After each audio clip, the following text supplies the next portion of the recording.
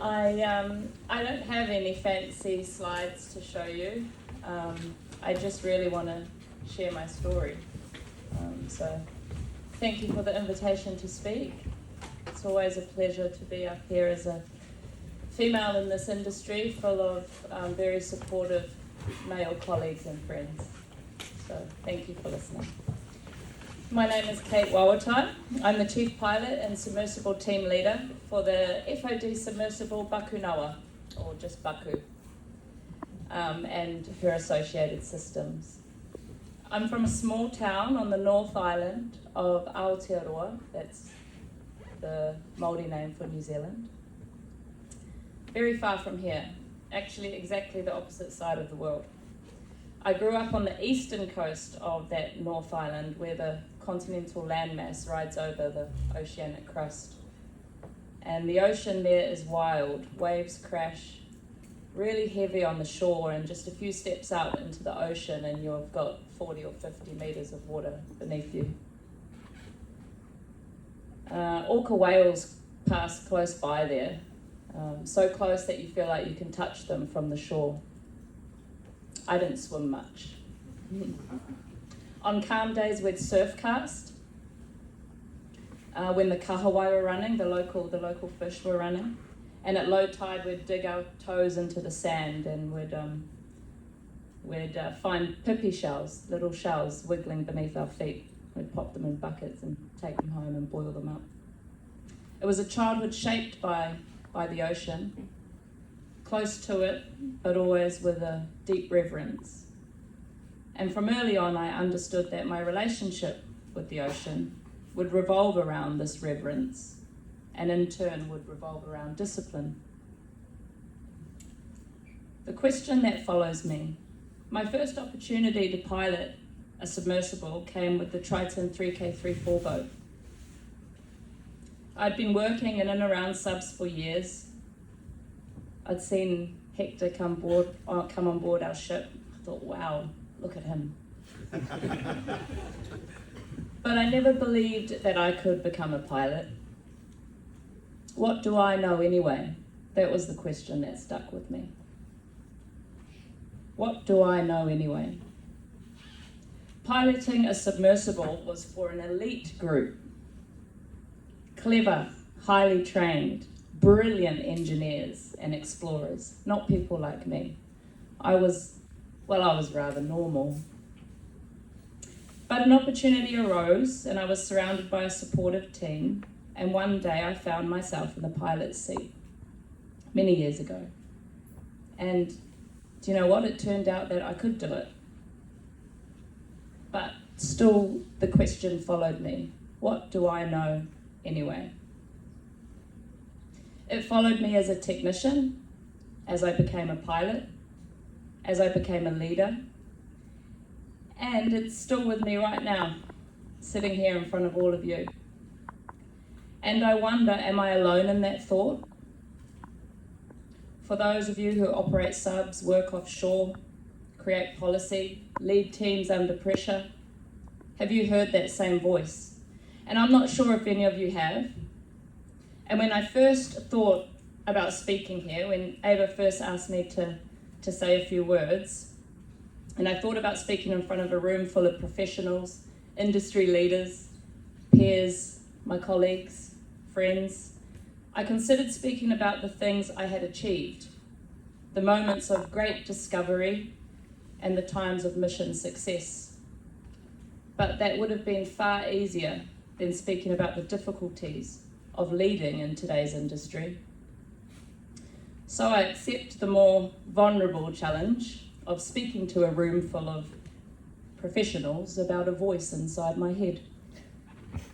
And I'd like to speak about that voice, about doubt, not as an enemy, but as a companion, how it shows up in our changing industry, in leadership, in being one of the few women at depth, and how it has shaped the way that I lead. The industry is changing. When I first started, things felt stable. Handwritten logbooks, toolkits that I knew what every tool was that was in it, and routines that I could count on. But change has come fast. Technology is accelerating, our subs go deeper, stay down longer, and carry science payloads that would have seemed impossible just a few decades ago. Missions are far more complex. We're not just diving for samples anymore. We're mapping seamounts, documenting fragile ecosystems, and supporting multidisciplinary teams. And that can happen all in one dive. And our people are changing too. Teams are more international, more diverse, and they bring new skill sets, robotics, coding, environmental policy, and something close to my heart, cultural perspectives. It's exciting, but it also means expertise evaporates very quickly. One year you feel solid, and the next year you feel like a beginner again. And I used to see that feeling as failure, but now I see it as the price of growth. In this industry, the only real danger is standing still. I'd like to speak about leadership through this doubt. Moving from a technical diver to a sub-swimmer, to a technician, to a pilot, and later to a team leader, only made that voice louder. As a technician, your world is task-based. Fix this, check that, clear, done. As a pilot, you carry people, their safety, their trust, their confidence, their life's work, their only opportunity to see the depths. And as a leader, you carry all of it. Suddenly, it's not just your performance, it's the whole team's. And that's when my doubts shout the loudest. Am I decisive enough? Am I too decisive? What if I just get it wrong? But doubt, I've learned, when handled carefully, became an ally. It made me prepare harder, it made me listen better, and it made me invite other voices in. I discovered leadership isn't about being the loudest or the most certain. It's about creating a space where people feel safe to speak, like here, safe to ask, safe to fail, and safe to try again. And when you do that, when you create that space, something happens. People move, they rise, transparency opens space for quicker solutions, stronger decisions, and a team that begins to lead itself. I've seen it firsthand. My colleague and friend, Ruben Kent, sitting up there, sub-team leader and another pilot in our program, has offered me advice in tough moments from the other side of the world when he's meant to be on holiday with his lovely family, and he does that without question. My husband, serving alongside us as a sub-tech for a few years, has sat at the comm station, sorry, that's Jeff Huck up there, has sat at the comm station both on and off shift during some of my deepest dives, listening intently without missing a beat. Probably actually listening to me better at 11,000 kilometers under the water than he does at home, but anyway. And the list goes on, and I'm sure you've all seen it time and time again. I've seen how the team I work with holds each other up, and they've done that in moments of doubt. And I've learned that when doubt in leadership is handled carefully, it doesn't weaken a team.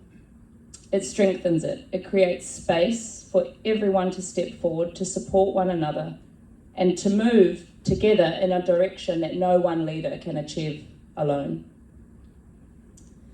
Of course, there's another layer to my story, and that is being a woman in a field that has been and often still is dominated by, well, most of you. Last year, I undertook a dive with my colleague, friend, and brilliant geologist, Professor Heather Stewart. Together, we descended to just over 8,000 metres in the Nova Canton Trench.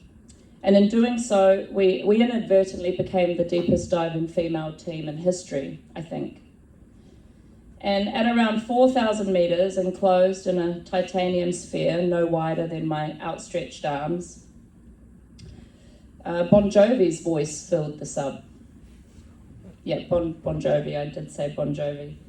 And there we were, two women, two professionals, two friends, suspended in the dark, 4,000 metres below the surface of the ocean and 4,000 metres above the seabed. singing at the top of our lungs. And I know it's the early afternoon and you might be tired, but I'm going to ask you for your help. Whoa, we're halfway there. Whoa, living on a prayer. Yeah, so that was me and Heather in that sub, and we looked at each other and we burst out laughing because we love Bon Jovi, who doesn't? And it did feel like we were living on a prayer, but we knew that in reality we were living on that discipline that I spoke about earlier, on years of training, on protocols, precision, the dedicated surface crew, the quiet brilliance of the engineers and the scientists that had made that moment possible for us. When we returned to the surface and we got out of the sub onto the good ship Dagon, we were met by all the females on board who celebrated that moment as if they had done the dive with us, and it did feel like they had. And next to them were our male colleagues who recognised and acknowledged that moment as a great accomplishment, not just for women, but for the whole team. One colleague spoke to me after the dive and he explained that after 20 years in the industry, he had never been as emotional as in that moment. And when I asked him why, he said because this was something his daughter could really be proud of. And I told him to make sure that his son was proud of it too. And that moment reminded me that our work is not just about science or technology. It's also about what we represent and the doors that we hold open for those that come after us.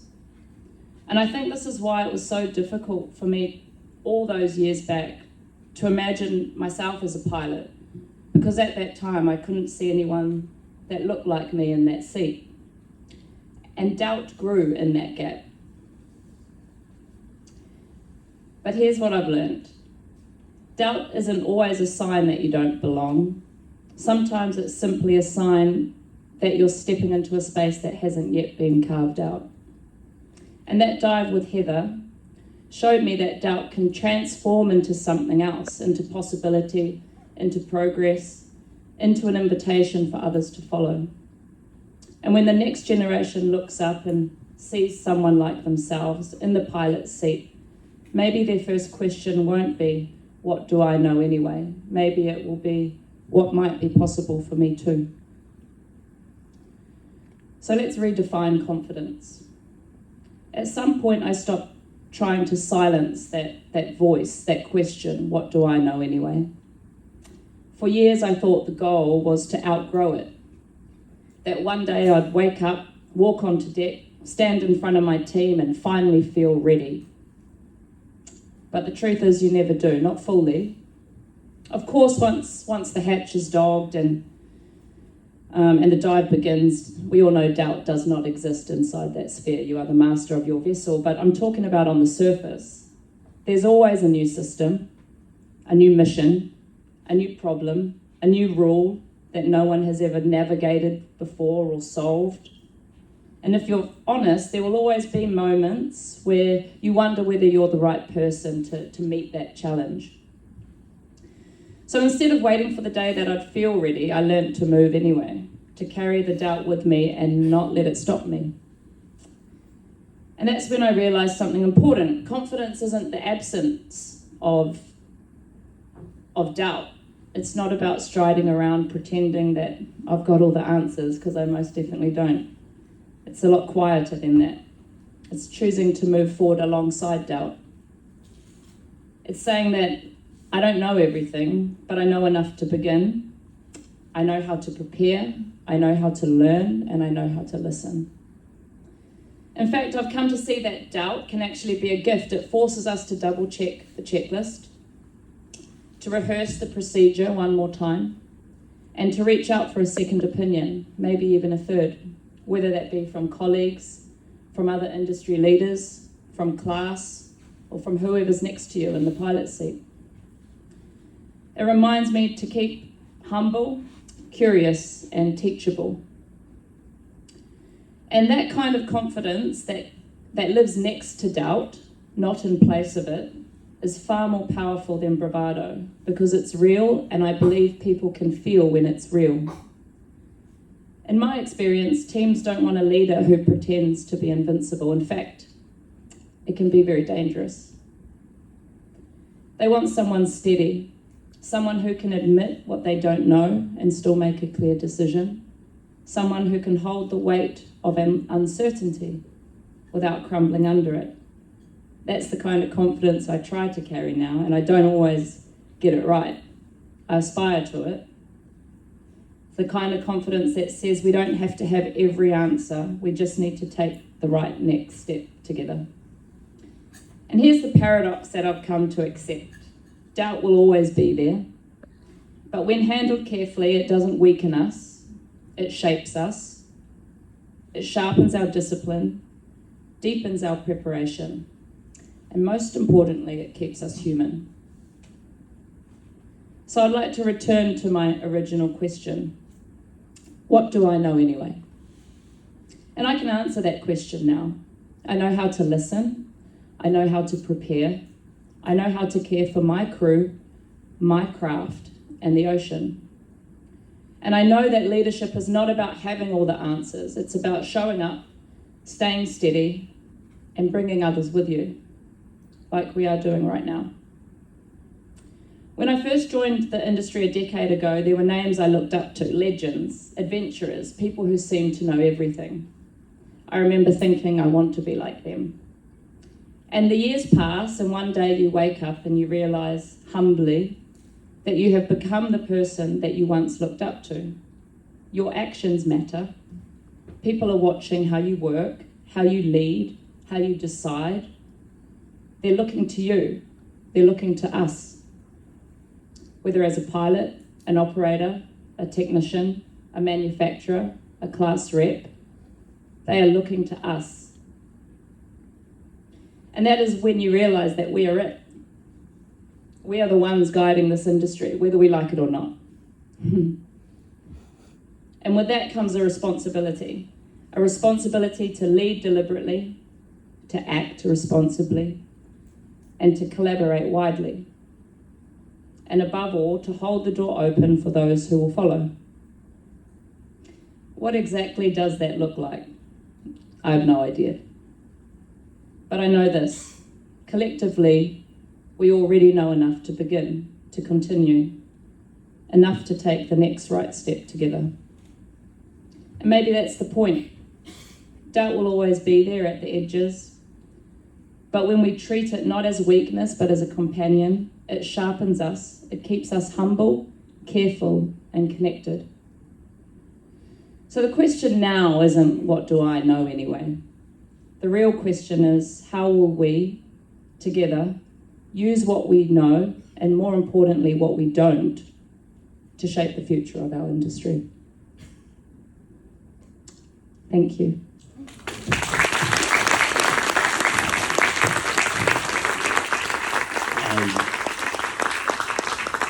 I sometimes doubt myself as a parent, but if